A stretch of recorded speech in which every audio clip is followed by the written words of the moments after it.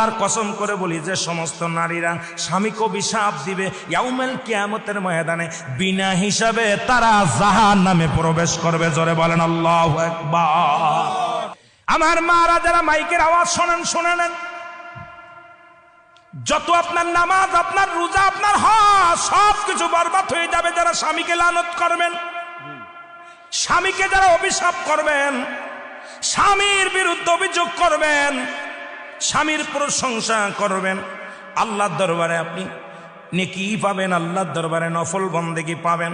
সারা রাত পরে আপনি ইবাদত করেছেন, আর একবার বলেন, আপনার মার কাছে বলেন, বোনের কাছে বলেন, ভাইয়ের কাছে বলেন, ভাইরে তোমার দুলোবাইটা কত সুন্দর, উনি ফরেজগার মানুষ, নামাজি মানুষ, আমাকে ভালোবাসে।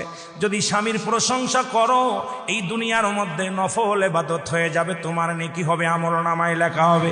নবীজি বলছে অধিকাংশ মহিলারা ওই কিয়ামতের ময়দানে ওই